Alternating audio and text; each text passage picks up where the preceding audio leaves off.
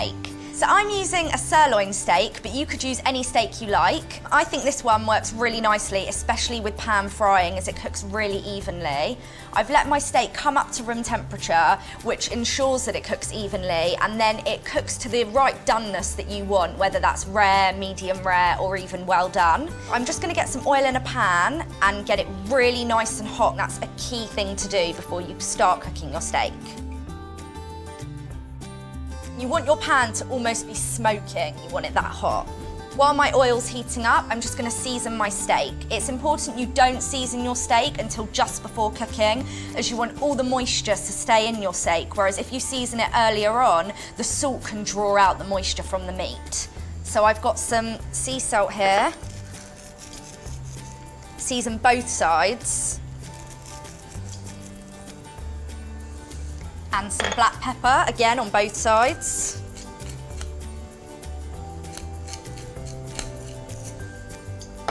And now we're ready to pan fry. I'm just checking that my pan's really nice and hot. And when the meat goes into the pan, you want to hear the sizzle, and that's how you know your pan is really nice and hot. My pan is just starting to smoke a little bit, so I'm going to get my steak in.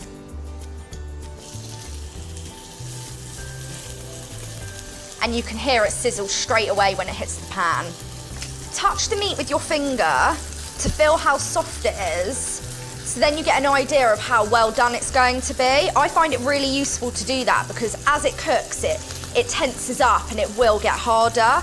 I reckon it's going to take about 2 to 3 minutes on each side. It may take slightly longer. I'm just going to go in the pan now with some thyme sprigs. It adds really nice flavour. And a couple of garlic cloves, just bash it with a knife. Add them to the pan. They'll give it really nice flavour. While the steak's cooking, try not to move it around the pan too much. You just want it to stay in the position that you put it in the pan in. That way, you'll get the really nice caramelisation that we're looking for. I'm just going to turn it over now. And as you can see, it's really nice and brown. Just going to pop the garlic cloves on top of the meat and the thyme. Just press your steak to give it a feel to see how well done it is. That's nearly ready, so I'm going to render the fat on the side of the sirloin by holding the steak up on its side so all the fat melts into the pan, which also creates an amazing flavour. So I'm just holding it on its side. You don't want any gristly bits of fat either when you're eating the steak. You want it to melt in your mouth and be really tender.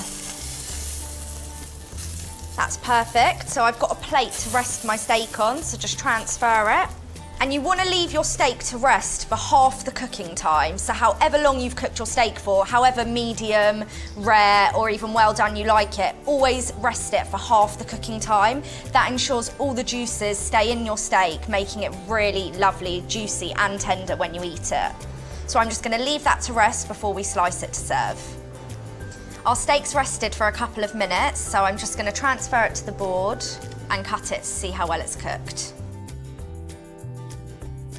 That's perfectly cooked. So remember, my top tips are bring your meat up to room temperature before cooking, make sure your pan's almost smoking hot, and rest your meat for at least half the cooking time. And that's how you cook BBC Good Food's perfect pan-fried steak.